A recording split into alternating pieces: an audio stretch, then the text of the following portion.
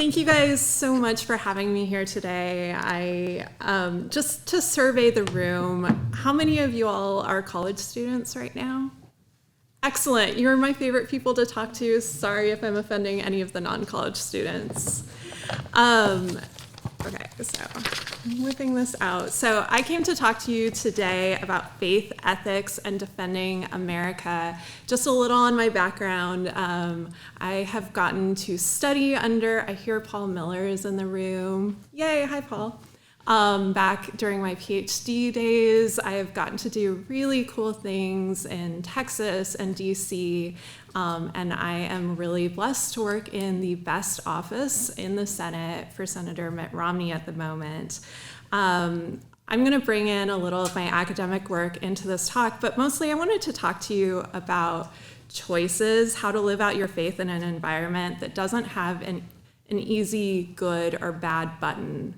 When you're working out these choices. I captured just a little bit of the speaker before me who spoke a lot on Afghanistan, and even though I'm not going to talk about Afghanistan in my talk too much, this is one of the policy areas that is just so difficult and complex, and figuring out how to really live out your faith through your work has been just such an overwhelming goal of mine in the last couple months as we've been dealing with the evacuation and individuals on the ground who need help, and knowing that they did not get to choose to be born in Afghanistan and they should not have to suffer for the accident of their birth. So I wanted to start by posing to you some major questions, major policy conundrums that really highlight how complicated balancing national security policy with the Christian faith really can be. What do you do, for instance, when millions of people could be aided by the US, but that aid could theoretically hurt the US in the long term? Do we as Christians still push to give the aid? And I'll dive into that a little bit more. What about when we develop military capabilities that could lead to the destruction of thousands or even millions of civilian lives, but that capability could strengthen the US in the long term? Do we as Christians support that capability? I'll start with a historical example, then we'll lay out two current issues that policymakers, myself as a staffer included, may be grappling with today. I'm not necessarily going to answer these questions, but hopefully illuminate the difficulties of the decisions, and I will be happy to answer questions afterwards. I'm actually going to keep this talk to the 10 to 15 minute range because I really do want college students to, and others, but college students to raise their hand and ask questions. I'm going to start with an example from 100 years ago, actually. Herbert Hoover led an aid effort to the Soviet Union in the 1921 to 1923 famine. He is credited with saving millions of lives. And then he ended up leading the effort to give the Soviets the seeds to plant and then stop the famine altogether. But this help obviously helped an enemy country, which went on to demonize the work of Herbert Hoover himself, as well as the Americans at large. Not only that, this enemy country went on to point nuclear weapons at our biggest cities and still poses a threat today. We don't know the stress that could have resulted had the US not intervened, had the US not given aid to a struggling Soviet Union government. There's at least a counterfactual scenario out there that the stressors of an ongoing famine could have had profound impact on this nascent communist government, and that our effort to be good Samaritans to millions upon millions of Soviets could have possibly hurt our long-term national security interests. Today we face similar decisions. Specific targeted aid can do a massive amount of good to innocent civilians. And I'm going to give the example that I've been struggling with over the last couple of months. China has rampant vitamin D deficiency, anemia, and intestinal worms in rural populations. Dr. Scott Rozelle, an academic at Stanford, found an even more concerning problem. In rural populations, more than 50% of babies show developmental delays at about 1.5 years of age. And these babies are not all suffering from malnutrition. Some of them are, but a lot of them are not suffering from malnutrition. What they're actually suffering from is a failure of parents to interact with their babies. In their culture, parents who otherwise love and care for these children, so these are not parents trying to abandon children, these are people who want to be good parents to their children. These parents are not talking to their babies. The babies hear far fewer words a day than babies in urban China. And 70% of babies are part of the rural Hoku system, basically a rural-based location in China, or else they're part of a rural to urban migrant family. So this issue is affecting a huge percentage of children. This small difference in talking or not talking to babies puts their learning and development further and further behind their peers, so that millions of children in China are not reaching their initial potential at birth. We know some of these issues in China, and there are inexpensive but profound ways to help. We could help in ways that increase the wellness and lifespan of the poor in China, but we also know that this aid, this trying to help these millions of children, could potentially increase the speed of China's ascendancy. This is the conundrum that we face in current policy, both as Christians and as policymakers. As a Christian, I want to and feel obligated to help as many kiddos as possible.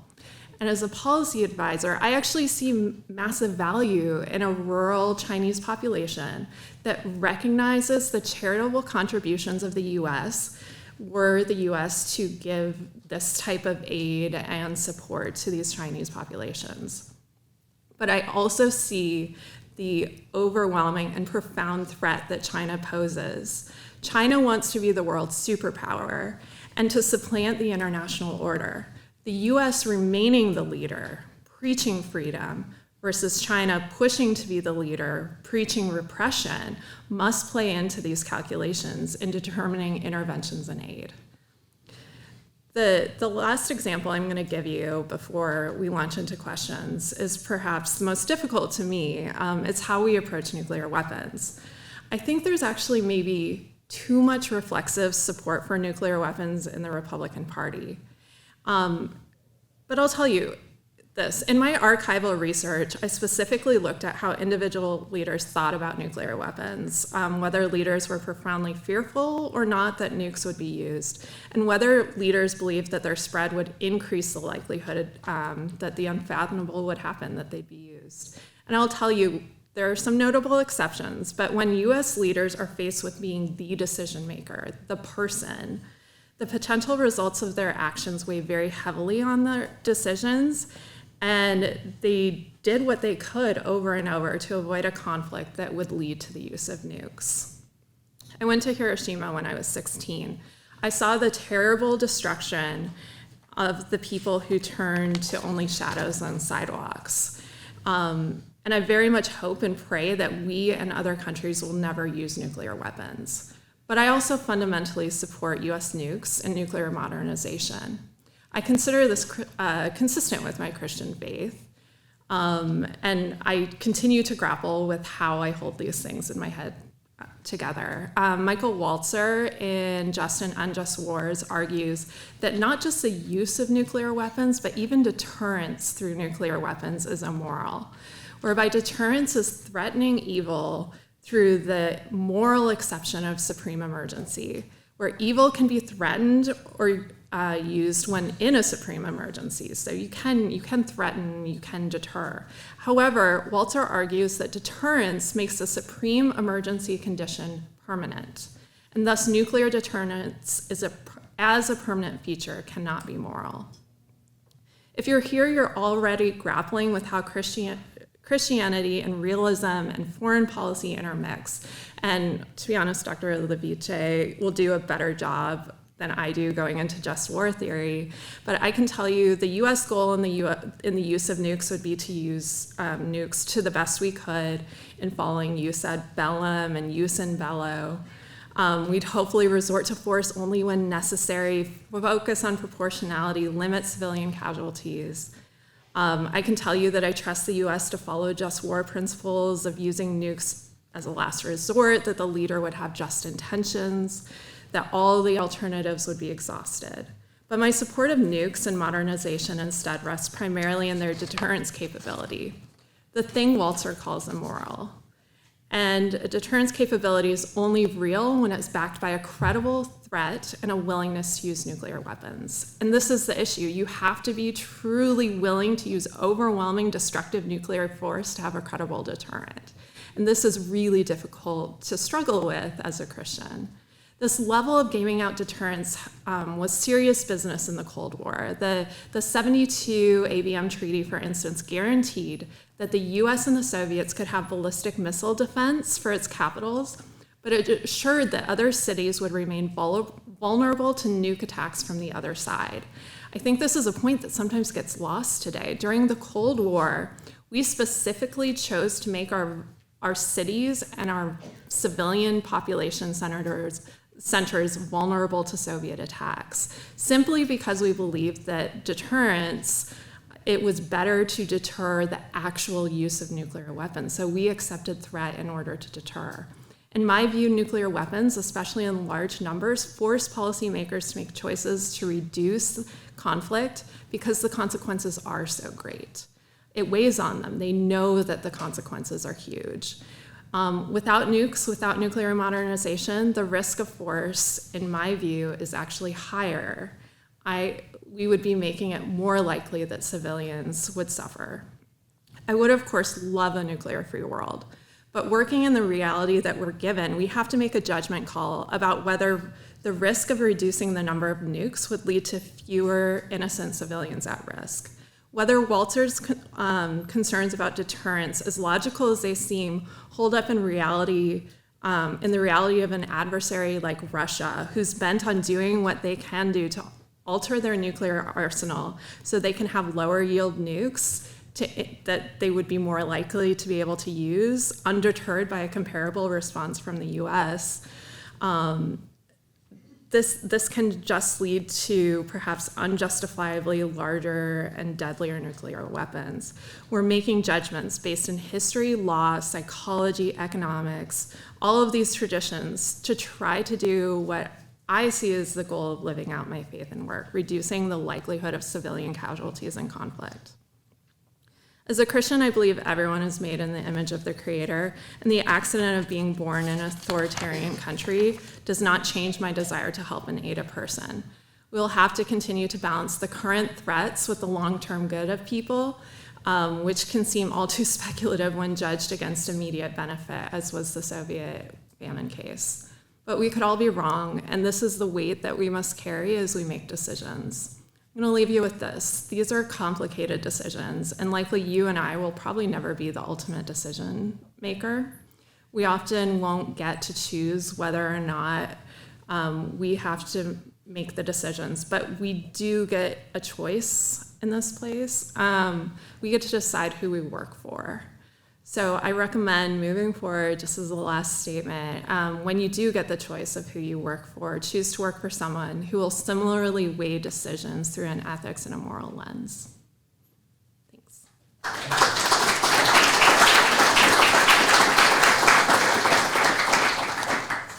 And I guess you would repeat the question from the students. Absolutely. Any questions? Any questions? Yes. That would be helpful. So thank you again. So you mentioned that there was an issue, potentially an issue with providing aid to China.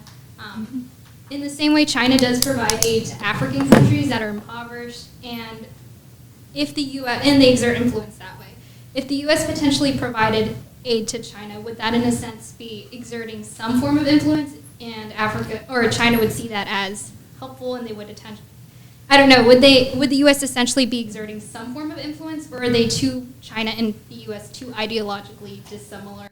Yeah, so it's a great question. Do I need to repeat it since she was at the mic? I think everyone was able to hear that. Okay, great. Yeah, so giving or helping aid a country that's an adversary? That's your question. Like, how do we, if we choose to do that, is there a way that we could do it that would actually make it more beneficial to the U.S.? I think that a lot of adversarial countries have massive concerns about any alternative reality or alternative narrative. And so what happens is more difficult countries actually prevent information like that from getting out. So I personally would not be optimistic that that is an alternative. That is something that, of course, you'd want to happen, but current realities, both in China and some other places, is that's not really an option on the table. But there is, the other part of your question is kind of noting that China is really effective in selling its BRI aid. And the US, I think, especially on the Hill, has recognized that we have actually been failing to kind of tell people about the many, many good things that we do abroad. And so there is a concerted effort growing that we need to actually be better about telling the people on the ground, whether or not their governments want to hear it, that we are being active through USAID or DFC or some of these other programs that are really investing in people, not just to get their leaders on board with something, but to make it so that the people have a sustained ability to pursue their best interests going forward.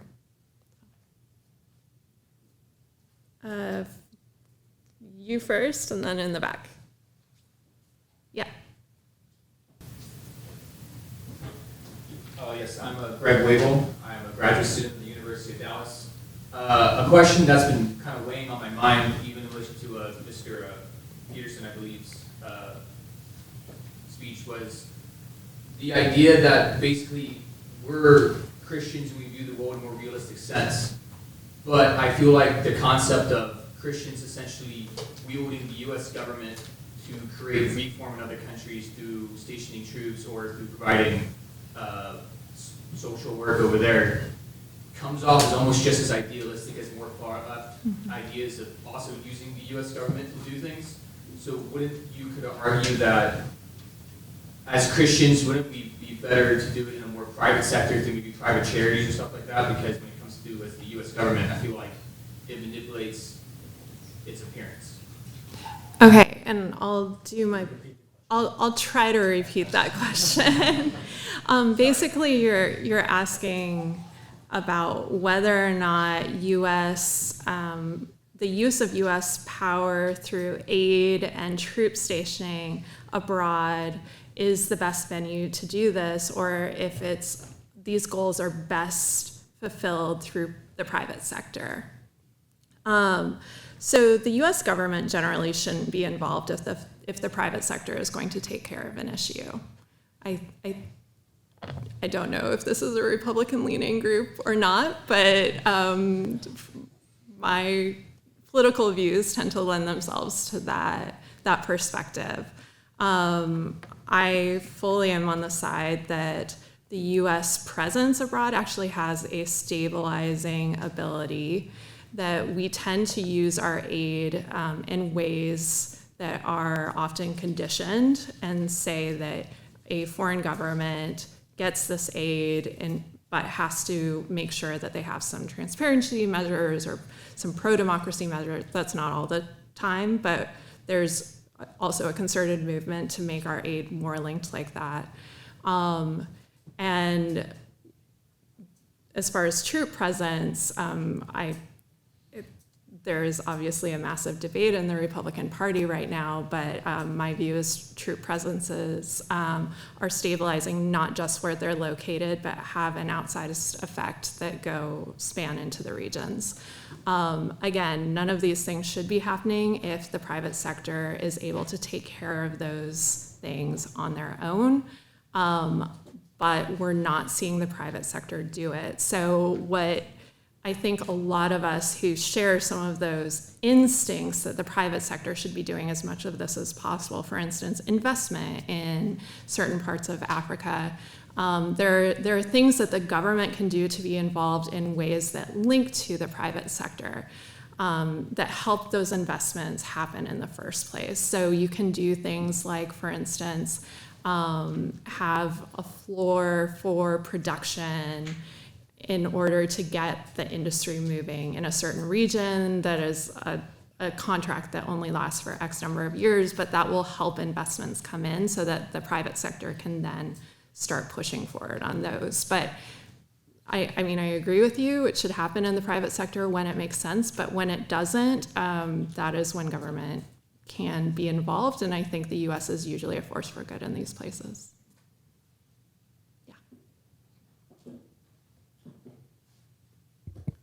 Oh shoot, I forgot. You're next. Sorry. I'm Rohan from Wheaton College, and I'm thinking a lot about China sending aid to countries in Africa, and could the U.S. essentially coerce China into not sending aid there, and would that slow down their global impact? And are there pros and cons to the U.S. doing that? I'm going to be a little direct. The U.S. is not capable of stopping Chinese aid. The U.S. has been investing in parts of Africa for a very long time. We have not done as good of a job in selling it as perhaps we could, although I will say PEPFAR has been a massively successful program, and the U.S. gets a lot of kudos for it. Africa is not a unified place. It's like lots of different countries with lots of different tribes and lots of different views. So I'm going to be a little over expansive here as I say this, but there are issues specifically with the way that we link our aid to reforms that China does not do. And the different African governments will come to the U.S. and say things like, the Chinese will give us a road, you will give us a 5-year plan on how to change. And so this is just a recognition that our laws do not allow us to simply give them a road uninhibited. That being said, China doesn't just give a road either. These are loans that people have to pay back. Usually this is the difference between short-term versus long-term politics. It will help me get reelected next year if I give this community a road that is funded by Chinese money. This Chinese money will not be due for 10 to 15 years at a massive markup, but I will no longer be in office, so it doesn't matter to me. And that's the difference between US and China aid. So what we're doing right now is trying to actually educate these governments about how to process this through long-term thinking, and then also really try to provide alternatives when it makes sense and is in the best interest of the US to that pure Chinese, what looks like pure Chinese aid. Yes. Mark from Region University. So one of the benefits talked about with nuclear weapons was how it reduced wars overall. But I was wondering about the increase in proxy wars as a result of that. I think of Korea, China and Russia funding Vietnam. We funded the Taliban in Afghanistan and the Soviets. And even today, We didn't fund the Taliban, but okay. But the proxy wars down in Afghanistan and the Soviets. Right? It seems like it just shoves a lot of the conflict between major world powers into The periphery. Yeah, the periphery, and then a lot of third world countries receive a lot of the fatalities instead of first world countries. I'm wondering about your opinion on that. So what the question was is, has the nuclear weapons system led to conflicts being removed from developed countries into developing countries as a result of the proxy wars between great powers? So this is, I'd say, a theoretical discussion that we can definitely get into. I probably don't have the capacity to answer this in this talk. My view is it's actually like limited conflicts, but this is also a lot of alternative history that you can't 100% know what would have happened had nukes not led to a stabilization between Russia and the U.S. At the start of the Cold War. So I fall on the side of they've been generally stabilizing, but yeah. And also it's worth pointing out some of the most deaths in the world since the start of the Cold War have happened are not part of the Cold War conflicts, right? So Mao's between 30 and 70 million deaths as part of the Great Leap Forward that had nothing, it had to do with the Cold War in the sense that he was trying to basically impress the Soviets that he didn't need aid, and still give food away to Eastern Europe, but also the war in the Great War in the Congo, right? That was one of the most casualties we've seen in a conflict, and that wasn't part of the Cold War. So, yes, please.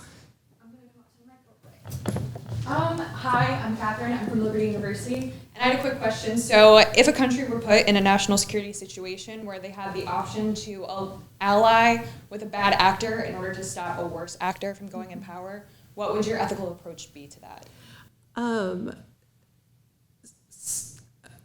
I would want to know more information. No, the first things that come to mind, right? So the question, you have a bad actor. You don't want to be friends with them, but you have a worse actor over here, and maybe if you're friends with them-ish, then you guys can better balance against the really bad actor. Basically, what you'd want, or what I would want to do, not everyone, there are different views on this, but what I would want to do is to figure out, does this bad actor over here, the slightly less bad one, do they need something from us? Right? Because if they need something from us as we potentially go into this relationship, are there things that we can get out of it that would push them into a situation where we would, in the end, feel a little bit more comfortable? If there were a theoretical country in a certain part of the world that didn't let women do certain things, but they really wanted our weapons system, maybe we could pressure them that once they made these certain changes to their laws, then we would be more willing to allow a certain foreign military sale that would actually be in our best interest as well, because it would come with training of their military that we could, for instance, kind of help them learn and understand and follow the law of armed conflict in a way that maybe they wouldn't do before. We'd get a better outcome for women in the country, and we'd have better balancing against a worse actor. So that's how I would try to process it. It's possible that you just would choose not to partner at all, depending on what that country is doing. If that country was committing genocide, I'd feel pretty comfortable saying that we have to figure this out with different partners. But if it's a way that we could balance this a little bit better, then that's what you'd pursue, or that's what I would want to pursue. Thanks. Time for one more question. Yes. Sure. Hello, my name is James Diddams, and I work at the Institute on Religion and Democracy. And I'm wondering, going back to the questions about Chinese aid to Africa, well, as we know, the Chinese don't just give away a road for free. What I'm wondering is, there must come a point where the African nations will say that, well, we like this aid, we like these roads, but if like what happened in Sri Lanka with that port the Chinese developed, now it's Chinese property. The African nations surely, they didn't want European colonialists. I assume they don't want Chinese colonialists as well. At what point do you think they're going to, stop accepting the aid from the Chinese, even if it's nice for them, because it's too much of a weight on their national pride or something to be controlled by another country far away? Yeah, absolutely. I think it depends on the country and their individual circumstances regarding that Chinese aid. There's a particular country I probably shouldn't call out that basically they have a very small industry within their country. It has to do primarily with wool. Okay? What happened was a massive Chinese company came in and invested, and then their parliament basically said that this Chinese company now more or less owns this industry. And then they stopped paying people.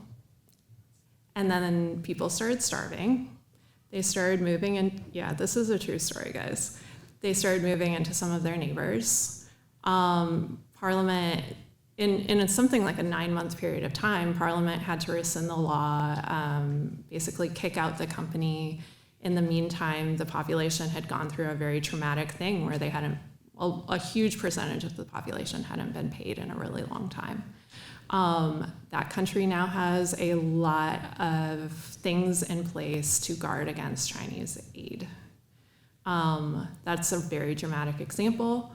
There are other countries that are dealing with things in a similar fashion, and in some countries you'll see the civilian population is starting to get very wary before the political class, who is often paid off, is becoming wary. And so it's going to be a process, and it's probably going to be a process in many individual countries before there is this like groundswell. So I think it's happening though.